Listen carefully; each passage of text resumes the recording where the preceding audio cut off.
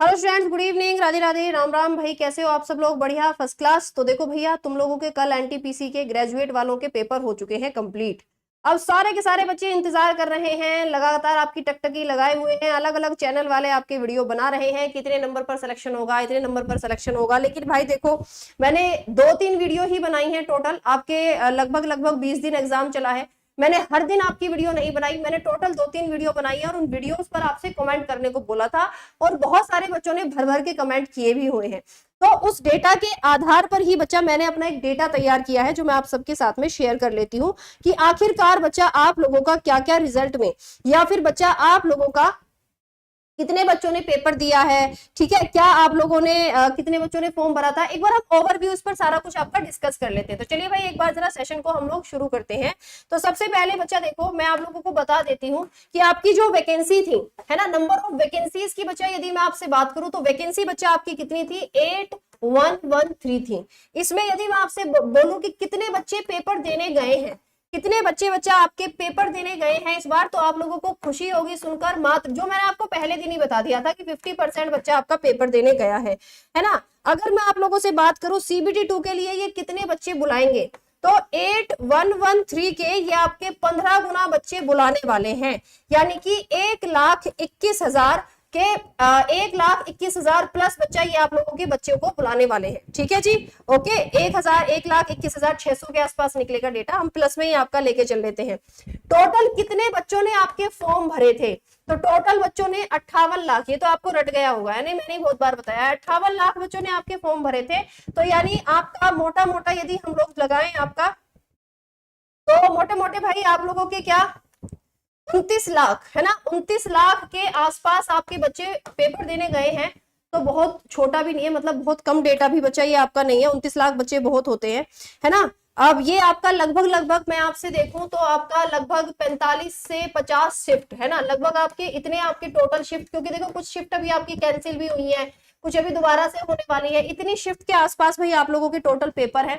जो शिफ्ट आपकी कैंसिल हुई है वो भी मैंने आपकी बेसिकली काउंट कर लिया, हालांकि भी उनके बारे में कोई नोटिफिकेशन नहीं है, कोई जानकारी नहीं है। अब हम बात करते हैं ओवरऑल बच्चों ने आज तक जितने बच्चों ने पेपर दिया है, उन्होंने पेपर कैसा बताया है कि भाई इस बार का आपका पेपर कैसा रहा। तो भाई बहुत सारे बच्चों के डेटा के आधार पर मैंने ये निकाला है कि पेपर आपका इजी टू मॉडरेट है ना। मतलब हम इस पेपर को इस बार टफ नहीं कह सकते हैं, लेकिन पेपर में हुई है एक गड़बड़ी। पेपर में गड़बड़ी ये हुई है कि जो स्टार्टिंग के 10 दिन वाले पेपर हैं, जो स्टार्टिंग के 10 दिन जिन बच्चों का पेपर था वो बहुत इजी था, और जो लास्ट के आपके 10 दिन के पेपर हुए हैं वो भैया आपके थोड़े से टफ देखे गए हैं। और टफ पार्ट भी मैं आप लोगों को बता देती हूँ कौन सा पार्ट टफ रहा है। तो जनरल अवेयरनेस वाला आपका पार्ट टफ रहा है। जनरल अवेयरनेस में स्पेशली करंट अफेयर्स वाला बच्चा आपका पार्ट जो है ये सबसे टफ बच्चों ने बताया है, जो लास्ट के 10 दिन वाले हैं, है ना। जो लास्ट के 10 दिन हैं उसमें बच्चों ने बताया है कि मैम जो हमारे लास्ट वाले में, मतलब ये लगा लो कि जिन बच्चों का एग्जाम आपका 15 जून से शुरू हुआ है, उन्होंने ये बोला है कि मैम हम लोगों के जो एग्जाम में है वो करंट अफेयर्स बहुत टफ आई है। यानी जो 40 नंबर का आपका पार्ट था वो बहुत ही आपका टफ आया है, और उसमें से भी जो आप लोगों का क्या बच्चा, करंट अफेयर्स बहुत टफ पूछी गई है। ये खुद बच्चों ने मुझे बताया है। अब हम बात करते हैं कि आखिरकार आपका, कि मैम आखिरकार कितने नंबर वाले सेफ है ना। तो भाई मान लिया आप लोग जनरल कैटेगरी से हैं, है ना। अगर आप, मैं यहाँ पर देखो आपके रो मार्क्स की बात कर रही हूँ, नॉर्मलाइजेशन के बाद की बात नहीं कर रही हूँ। अगर आप जनरल कैटेगरी से हैं और आप लोगों के मार्क्स जो हैं भैया आपके आ रहे हैं कितने भैया, 65 से लेकर 73 तक, तो आप सेफ जोन में हैं। ठीक है, अगर आप जनरल कैटेगरी के हैं। अब यहाँ पर मैं ये आपके आउट ऑफ 100 यानी रो मार्क्स की आपसे बात कर रही हूं। अगर आप लोग ओबीसी में हैं, अगर आप लोग ओबीसी में हैं, तो भाई ओबीसी वालों के लिए यदि आप लोगों के नंबर 61 से लेकर 69 तक है, 61 से लेकर 69 तक है, तो आप सेफ जोन में है। एससी वालों की यदि मैं आपसे बात करूं, यदि आप लोगों की एससी कैटेगरी है, तो आप 55 नंबर से लेकर 62 मार्क्स तक यदि बन रहे हैं तो आप सेफ कैटेगरी में हैं। एसटी कैटेगरी की यदि बच्चा मैं आपसे बात करूं, तो एसटी कैटेगरी में 46 मार्क्स से लेकर अगर आप लोगों के 54 मार्क्स तक बन रहे हैं तो आप सेफ जोन में हैं। ठीक है, तो आप लोग बच्चा सेफ जोन में है, यानी ये जो नंबर मैंने आपके यहाँ पर लिखे हुए हैं, ये बच्चा अगर आपके इतने नंबर, देखो नंबर मैम कैसे पता लगेगा आंसर की नहीं आई है, एक हफ्ते बाद आ जाएगी, रेलवे की हर एक एग्जाम की एक हफ्ते के बाद आंसर की आ जाती है, तो तब आप लोग देख लेना। बट बच्चा जब पेपर देके निकलता है ना, तो उसको पता होता है कि एग्जैक्ट उसके कितने नंबर मतलब बनने वाले हैं। 2-4 नंबर आपके ऊपर नीचे होते हैं आंसर की आने से, किसी के 2-4 नंबर घट जाते हैं और किसी के 2-4 नंबर बढ़ जाते हैं। तो इसीलिए मैंने यहाँ पर आपकी रेंज बताई है कि यदि आप लोग इस रेंज में हैं तो भैया आप सारे के सारे बच्चे CBT 2 की तैयारी करना शुरू कर दो।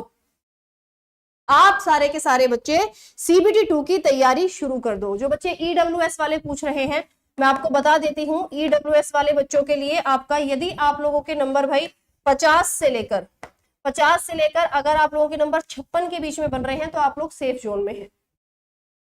आप देख सकते हो हर एक कैटेगरी के अलग अलग नंबर मैंने लिखे हैं, खुद बच्चों से, बहुत सारे बच्चों से बात की है, कितने अटेम्प्ट करके आए हैं, कितने ठीक हो सकते हैं, उसके आधार पर ही बच्चा ये सारा डेटा मैंने आपके साथ में शेयर किया है। अब हम समझते हैं कि मैम आखिरकार नॉर्मलाइजेशन क्या होता है ना। अगला आपका क्वेश्चन होना चाहिए कि मैम हमारे इतने नंबर तो बन रहे हैं, लेकिन मैम ये नॉर्मलाइजेशन का चक्कर क्या है ना, ये आखिरकार आपका नॉर्मलाइजेशन क्या होता है, कैसे इफेक्ट डालेगा। तो नॉर्मलाइजेशन भाई देखो, अगर हम लोग आपका बात करें 2019 की, यानी जब ये आपका लास्ट एग्जाम हुआ था, क्यों किया जाता है नॉर्मलाइजेशन। जैसा मैंने बताया, पहले 10 दिन पेपर इजी आया है, लास्ट के 10 दिन पेपर आया है टफ। अब बच्चा तो इक्वल है ना, सारा बच्चा नौकरी करने के लिए बैठा है। तो इस केस में सरकार ने रूल निकाला है नॉर्मलाइजेशन का कि भैया जिनकी शिफ्ट में पेपर आपके जो टफ पेपर थे उनके नंबर बढ़ा दिए जाएंगे, है ना, जिससे कि ताकि वो आपके बैलेंस में आ जाए। अब ये आपके लास्ट टाइम जो बढ़े थे वो 12 से लेकर 15 नंबर तक के बढ़े थे। जब 2019 में आपका रिजल्ट आया था, जो वैकेंसी आपकी आई थी उसका जो रिजल्ट आया था, 12 से लेकर 15 नंबर तक आपके बढ़े थे, है ना। तो मैम ये तो टफ वालों का हो गया कि भैया टफ वाले जो आपके पेपर होंगे, देखो एग्जामिनर को सब पता होता है कौन सा एग्जाम वो कैसे बना रहा है ना। अच्छा, एक बच्चा कह रहा है कि आपका मैडम जी को सही से एनालिसिस भी नहीं आता है, 70 प्लस जाएगी मैडम जी, कोई लिख रहा है। तो बेटा मैंने क्या लिखा है, ये आपका फारसी लिखा हुआ है क्या, ये आपका फारसी लिखा हुआ है क्या, है ना। इसमें नॉर्मलाइजेशन होगा, ये मैंने एवरेज बताया है, ऑन एन रेंज। इसमें तुम्हें नहीं पता कि तुम्हारा कौन सा शिफ्ट का पेपर है, मुझे नहीं पता कौन से शिफ्ट का तुम्हारा पेपर है। नॉर्मलाइजेशन के कितने नंबर आपके बढ़ेंगे वो सब चीजें आपकी मैटर करेंगी, ठीक है, वो सब चीजें बच्चे आपकी मैटर करेंगी। आपको सिर्फ इस वीडियो के नीचे मेरी एक मदद करनी है कि आपका किस शिफ्ट में एग्जाम था और आप कितने क्वेश्चन करके आए हैं। प्लीज जो आपके बाकी ज्ञानवाचक आपके जो लोग हैं जो यहाँ ज्ञान देना चाहते हैं, मत दीजिए ज्ञान। मैं ऑलरेडी यहाँ पर बहुत सारे बच्चों से बात कर चुकी हूँ, ज्ञान की जरूरत नहीं है, ठीक है। समझना है, सुनना है, सुन लीजिए, डेटा के आधार पर ही मैं आपसे बात कर रही हूँ। ओके, चलिए नेक्स्ट क्या है। 2019 में 12 से लेकर 15 तक आपके नंबर बने थे, ठीक है, इतने नंबर बढ़े थे। ऑन एन एवरेज आपके क्या बच्चा 8-9 नंबर बढ़ते ही हैं, ऑन एन एवरेज आपके 8 से 9 नंबर सबके ही बढ़ते हैं नॉर्मलाइजेशन में। इजी भी पेपर आया था तो उस केस में भी 4-5 नंबर तो आपके बढ़ ही जाते हैं। नॉर्मलाइजेशन में अभी तक तो नंबर देखो बढ़ ही रहे हैं, बाकी अब आपके घटेंगे या नहीं, क्योंकि इस बार जीडी में काफी कुछ चेंजेस देखे गए हैं। हालांकि एसएससी और रेलवे दो अलग अलग बॉडी हैं, बट है तो सेंट्रल गवर्नमेंट की ही है, तो आपकी सेंट्रल गवर्नमेंट की ही है ना। तो भाई मेरे पास में जितने बच्चों ने मुझे मैसेज किए, जितने बच्चों से मैंने बात की, जो बच्चे CBT 2 की तैयारी करना चाहते हैं, मैंने अपने आधार पर, जिनका स्टार्टिंग में था उनका नॉर्मलाइजेशन के बाद कम नहीं, ये मैं नहीं कह सकती कि कम हो जाएगा, है ना, ठीक है जी। ओके, तो भाई जितनी आपकी कैटेगरी थी बच्चा, उस कैटेगरी के हिसाब से मैंने आप लोगों को बता दिया है। सो प्लीज आपसे रिक्वेस्ट है, इस वीडियो के नीचे आप मुझे जरूर बताएंगे सारे बच्चे किस शिफ्ट में आपका एग्जाम था और आप कितने अटेम्प्ट करके आए हैं, आपने कितने क्वेश्चन किए हैं। ठीक गलत मत बताना, बस ये बता देना कितने अटेम्प्ट किए हैं।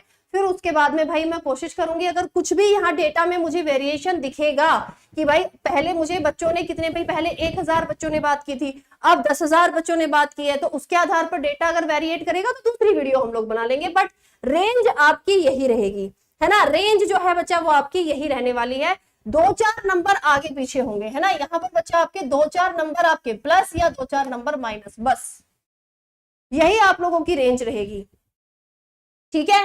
तो चलिए भाई, आप लोग प्लीज इस वीडियो के नीचे कमेंट जरूर करेंगे। बाकी कोई डाउट हो तो आप लोग वो भी मुझे वीडियो के नीचे कमेंट सेक्शन में बता सकते हैं। इस वीडियो को बाकी लोगों तक जरूर पहुंचाओ, जिससे कि ताकि वो भी CBT 2 की तैयारी में सही समय पर लग सके, है ना। सही समय पर लगना बहुत बड़ी बात होती है किसी भी एग्जाम की तैयारी के लिए। बाय बाय, टेक केयर, जय हिंद।